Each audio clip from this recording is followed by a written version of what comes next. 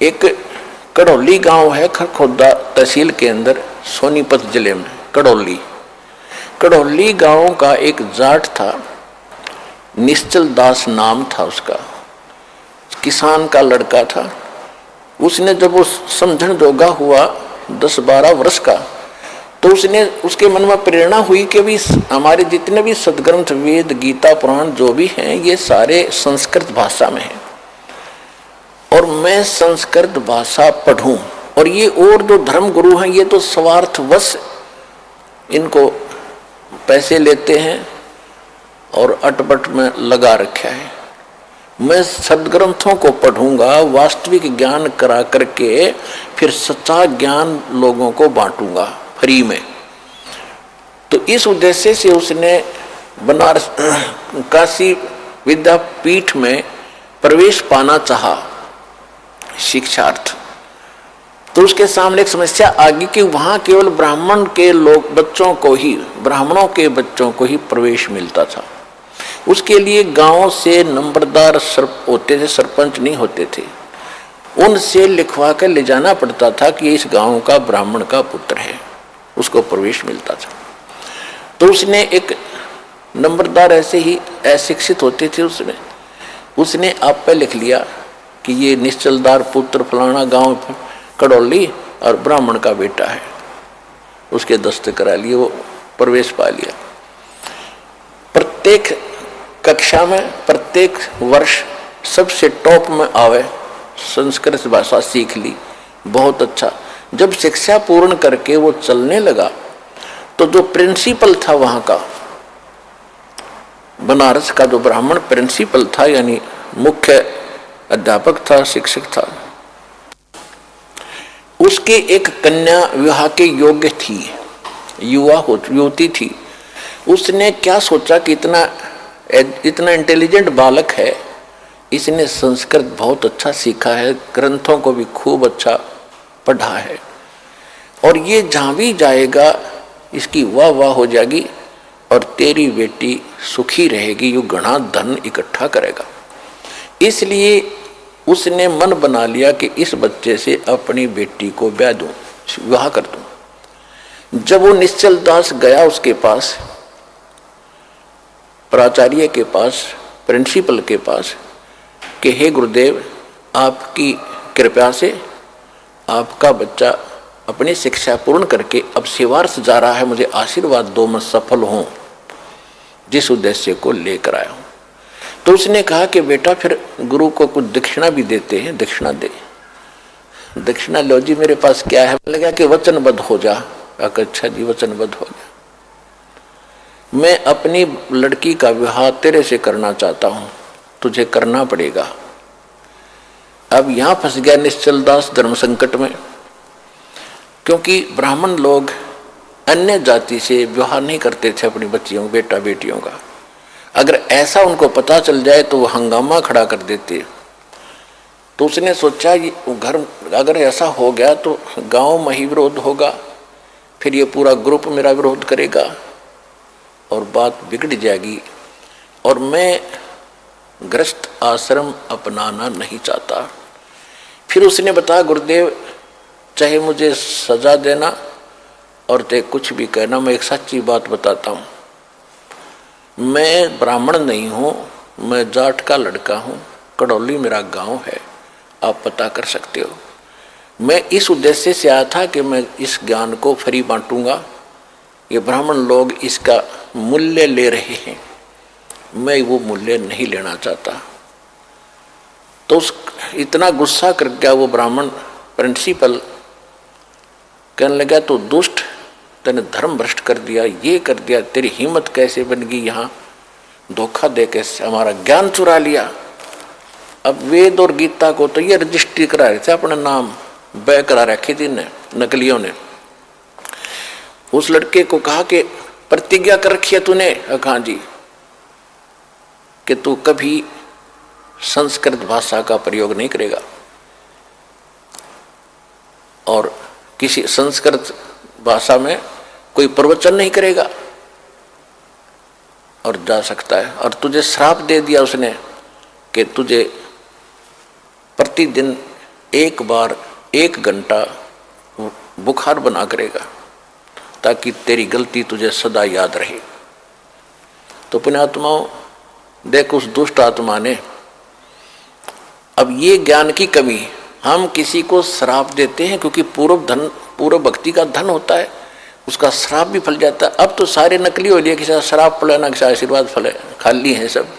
पहले अच्छे लोग होते थे, चाहे किसी जाति के थे, वो पिछले पुण्य कर्मों से परिपूर्ण होते थे, वो किसी को श्राप दे देते, उसको बुरा हो जाता, उसकी पूंजी खत्म होती। आशीर्वाद देते तो भी उनकी पूंजी चोरी होती, नष्ट होती कमाई। इस करके ये यही काल के जाल में उलट पुलट होकर यहीं फंस गए। अब इससे निकलने के लिए हमें ज्ञान की आवश्यकता थी। अब उस वहाँ से जो वो निश्चल दास जी आगे, अब उसके सामने समस्या होगी कि ज्ञान तो मैं प्रचार करूँगा लेकिन संस्कृत प्रयोग में नहीं करूँगा। उसने क्या किया कि फिर दादू पंथ, एक दादू साहब हुए हैं जिनको परमात्मा कबीर जी मिले थे। अब परमात्मा ने क्या किया है, वो अच्छी आत्माओं को मिलते हैं और उनको अपना कुछ झलक देते हैं जिसको ये दिखता है कि ये तेरे अनुकूल चलेगा। तो दादू जी को परमात्मा मिले, आंखों देखकर आए और फिर दादू साहब ने कबीर भगवान की बहुत महिमा गाई। लेकिन दादू जी को परमात्मा ने पूर्ण ज्ञान नहीं दिया। इसलिए नहीं दिया कि उस पंथ के लोग भी आज फिर वही गीत गा रहे होते जो आज हमने बताना था। लेकिन ये जरूर पक्का करवा दिया कि जो काशी में जो धाणक थे वो परमात्मा है, जो बनारस में आए हुए थे वो मेरे सतगुरु वही है। जिन मुझको निज नाम दिया सोए सतगुरु हमारे, दादू दूसरा कोई नहीं ये कबीर सिरजनहारे। उन्होंने एफिडेविट दे दिए, विटनेस बन गए कबीर भगवान के। लेकिन आगे चल के उस पंथ में कबीर साहब का नामो निशान नहीं है। दादू पंथ में दादू जी को पूर्ण परमात्मा, दादू जी का कोई जन्म नहीं हुआ, अपने आप प्रकट हुए। इस तरह वहाँ मिले थे, फलान हो गया था, उसकी माँ को आशीर्वाद दे दिया था एक संत ने। तो इस तरह करके वो दादू जी को ही खुदा बनाए बैठे हैं, वो कुछ भी बनाए रहो। फिर निश्चल दास जी ने वहाँ दीक्षा ली, दीक्षा लेकर के फिर संत वाणी में एक निश्चल ग्रंथ बनाया। लेकिन निश्चल दास के पास भी वो ज्ञान नहीं था, वेदों के ही अटपट कर रखी है उसने। जैसा वेद गीता उसने समझा संस्कृत में, उन्हीं को फिर संत वाणी में लिख रखा है, उसमें कुछ भी नहीं। मैंने उसको खूब पढ़ा और देखा। तो कहने का भाव ये है कि पहले ये जो शिक्षा थी ये एक वर्ग के बांध रखी थी और अन्य अशिक्षित थे। परमात्मा ने इसलिए इस बुराई को अन्य समाज में नहीं जाने दे दिया कि ये कत्ती घर के रहेंगे ना घाट के। आज ब्राह्मणों को देख लो, जो भी पंडिताई करता उसका सर्वनाश हो रहा है। जो भी ब्राह्मणपना करता लास्ट में ब्राह्मणी होगी इसकी, ये हमने खूब देखा हुआ। ब्राह्मण मतलब ये नहीं कोई जाति कास्ट ब्राह्मण नहीं है, क्योंकि हमने ज्ञान से उठना ऊपर। इन संसारिक जो बंधन हैं, सीमाएं हैं, ये ज्ञान से अपने आप टूट जाएंगी। मेरे पूज्य गुरुदेव जी स्वामी राम देवानंद जी, ये इसी हरियाणा के रहने वाले, दादरी के पास एक 45 गांव है। तो परमात्मा ने मेरे पूज्य गुरुदेव जी जो ब्राह्मण थे, जाति से ब्राह्मण थे, कर्म ब्राह्मण नहीं था। यानी ब्राह्मण ग्रुप में, ब्राह्मण समुदाय में जन्म हुआ था उनका। और वो अपना खेती थी, किसानी करते थे उनके माता पिता। और उनके भी जमीन थी, सब 5-4 किले एकड़ जमीन उनके हिस्से में। उसके पिताजी के पास तो काफी जमीन थी, तो खुद पाली जाते थे। तो वो ब्राह्मण थे जाति के। जब उनको ज्ञान हुआ, हमारे पूज्य दादा गुरुजी उनको मिले। और मेरे दादा गुरुजी यानी मेरे गुरुजी के जो गुरुजी थे वो छावला गांव है दिल्ली में, नजफगढ़ के पास। उस छावला गांव के वो जाट थे। और उन्होंने फिर काशी विद्यापीठ में, उसके बाद फिर ये हल्की हो गई थी। मतलब जैसे हमारे गुरुजी जो थे, हमारे दादा गुरुजी जाट थे, और हमारे दादा गुरुजी के जो गुरुजी थे वो भी ब्राह्मण थे, और वो काशी विद्यापीठ वो पढ़ नहीं सके, उसने उन बच्चे को अपना गोद लेकर यानी अपना शिष्य बना के सर्टिफिकेट बना के भेजा कि काशी विद्यापीठ में पढ़ का। तो हमारे दादा गुरुजी थे वो काशी विद्यापीठ में 4 विषय के आचार्य बन गए। और उसके बाद फिर मेरे दादा गुरुजी को पंडित चिदानंद नाम था उनका, चिदानंद जी महाराज, उनको पंडित चिदानंद जी कहा जाने लगा, क्योंकि वो 4 विषय में के आचार्य बन गए, 4 विषय के, 4 सब्जेक्ट के। और उनका एक गांव है, उनका गांव गोपालपुर, तहसील खरखोदा, जिला सोनीपत। गांव गोपालपुर में एक आश्रम है छोटा सा, उस पे लिखा हुआ है पंडित चिदानंद आश्रम गोपालपुर। दास उसको देख कर आया है। तो कहने का भाव यह है कि हमारे दादा गुरुजी जाट होते हुए पंडित कहलाए, और मेरे पूज्य गुरुदेव जी ब्राह्मण होते हुए वो ब्राह्मण नहीं, एक संत कहलाए, स्वामी संत। तो ये जाति कर्म से है, अपनी जन्म जात से नहीं होती। जैसे आज कोई भी लड़का, जैसे हमने देखा एक जाट, और जहां दास सर्विस करता था नहर विभाग में, वहां चिनाई का काम करता था, राजमिस्त्री कहलाता था, राजमिस्त्री। और गांव में भी उसने राजमिस्त्री कहते थे, जाट होते हुए भी। तो इसी प्रकार एक ब्राह्मण का लड़का दिल्ली में नाई की दुकान खोल रहा है, बार्बर, तो उसको राजेश बार्बर कहते हैं, जबकि वो पंडित है वर्ण से, लेकिन कर्म से वो बार्बर नाई कहलाता है। तो इसी प्रकार हमारी ये जातियां बनती चलेगी, ग्रुप बन गए। फिर क्योंकि पहले व्यवसाय परंपरागत होते थे, और उसी परंपरा में विवाह होना इसलिए कंपलसरी था, क्योंकि जैसे एक जाट की लड़की और कुम्हार का व्याधि, तो जाट का व्यवसाय कुछ और है और कुम्हार का कुछ और, वह जाते सारे बर्तन फोड़ेगी। और कुम्हार की लड़की कुम्हार के ब्याह जा, तो उसको पहले ट्रेनिंग होती है उस काम की, वो ठीक जाते ही रलमिल हो जाती थी। इसलिए हमारा विवाह अपने वर्ण में ही अपने होना कंपलसरी था, अनिवार्य था उस समय। इसी तरह किसान की लड़की किसान के ब्याह जाती थी, तो वो काम से पहले ट्रेंड होती थी, झगड़े ना बढ़ते, काम खराब नहीं होते थे।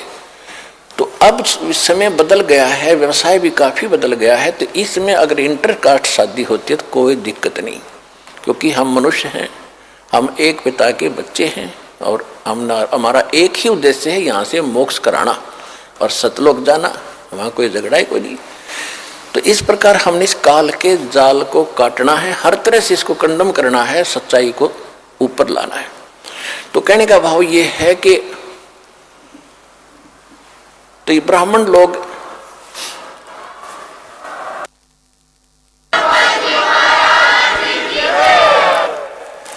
तो इसलिए ये विद्या जो थी ये सीमित होकर रह गई, और परमात्मा ने ये इसलिए आपको नहीं दी, आने दिया आप तक, क्योंकि वो पीक टाइम नहीं आया था, प्राइम टाइम नहीं आया था, जिस समय आपको पार करना था। वो कब करना था? परमेश्वर ने काल से कहा था, जब काल की और परमेश्वर कबीर जी की गोष्ठी हुई थी प्रथम सतयुग में, जब सारी बात हो गई कि आप किस लिए आए हो सतलोक से, अपने परमात्मा ने अपना रूप बदल रखा था, अपने पुत्र जोगजीत का रूप बना रखा था। और ये जो काल है ये भी उस परमात्मा का 17वां पुत्र है, ये उसका 17वां पुत्र है। और इसने वहां गलती कर दी थी, जिस कारण से इसको निष्कासित कर दिया। हमने भी गलती की थी, जितने भी प्राणी, चींटी, हाथी, मकोड़े, कीड़े, पशु पक्षी, ब्रह्मा विष्णु महेश और हम राजे महाराजे, ये सभी वहीं रहते थे सतलोक में। एक जैसा वहाँ पर हमारा शरीर था, एक जैसा खान पान था, एक जैसा सुख था। तो हम अपनी गलती से इस कंगाल के साथ आ गए। यहाँ कुछ भी चीज़ पूरी नहीं, हर समय हर एक चीज़ का अभाव रहता है। मार मार एक रोटी का काम पूरा ना होता सारे जीवन में जीव का। पशुओं ने देख ले, उसके पीछे भाग रहा है उसको खाने के लिए, हिंसक पशु जैसे पशु हैं दूसरे शाकाहारी, वो सारा दिन घास चर चर के खाएं जार निकालें जार, खाएं जार निकालें जार, मर जाओ। क्या यही जीवन है? सतलोक में सारी सुविधाएं हैं, जो खाओगे वही बॉडी में ही हजम होता है, ना कोई टट्टी ना पेशाब, उसमें कुछ नहीं होता। ऐसा गजब का ना कोई, अब सोता उठते आदमी फ्रेश होता है, फ्रेश होते सबसे पहले टट्टी मास दे है। तो यहाँ तो ऐसा ही रहेगा। तो वहाँ चलेंगे हम जहाँ सारा सुख है, इतना सुंदर शरीर कभी व्यर्थ नहीं होते, वहाँ कोई बकवास नहीं आती, मन में दोष नहीं होता।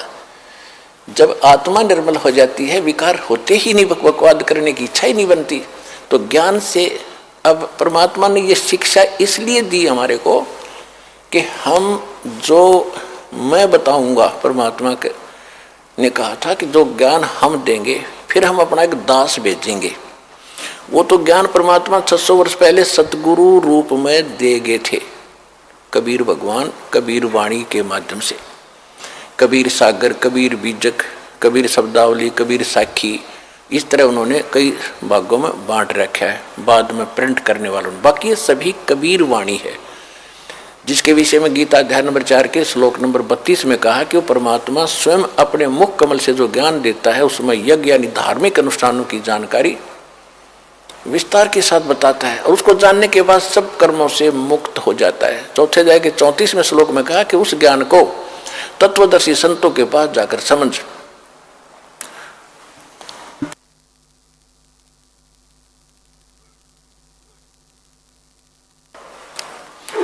तो कहने का भाव यह है कि परमात्मा ने 600 वर्ष पहले आकर ये तत्व ज्ञान बताया था।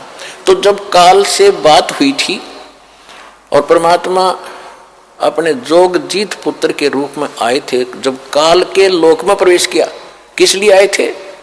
कि हमें दुखी देखा कि ये मेरे बच्चे वहाँ कितने सुखी थे, कोई दुख नहीं था, कोई मृत्यु नहीं, कोई कैंसर नहीं, कोई कोढ़ नहीं, कोई बीपी हाई ना लो होता था, ना कोई शुगर बीमारी थी, और ना इनको खाने का अभाव था, मजदूर बने फिरते। काल ने हमारे को कितना मूर्ख बना रखा है। किसी के पास थोड़ा सा पद मिल जाता है तो नीचे वालों को इतना दबा के रखता है, सब अपने कर्म फोड़ता सारा दिन, उनकी आत्मा दुखा के। चाहे कोई फैक्ट्री मालिक है, चाहे कोई IAS IPS अधिकारी है, या कोई डॉक्टर इंजीनियर जज है, ये नहीं देखते तुम कर क्या रहे हो, क्योंकि ज्ञान नहीं है। किसी की आत्मा दुखावे, होय होय, उसका, ये परमात्मा के बच्चे हैं। आप कहते हैं जो तगड़ा व्यक्ति और निर्बल को सताता है, उसकी आत्मा रोती है।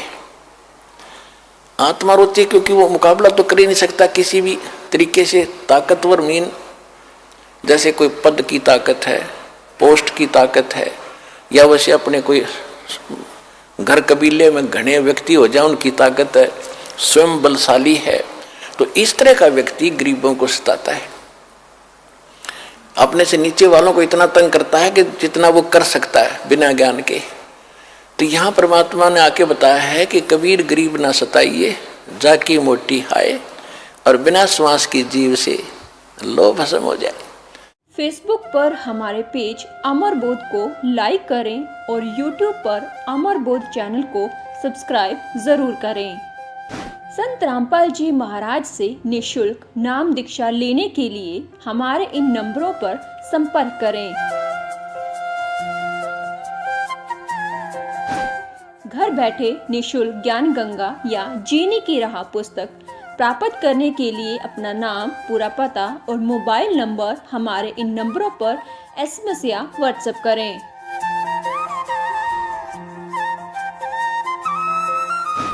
अधिक जानकारी के लिए हमारी वेबसाइट supremegod.org पर विजिट करें।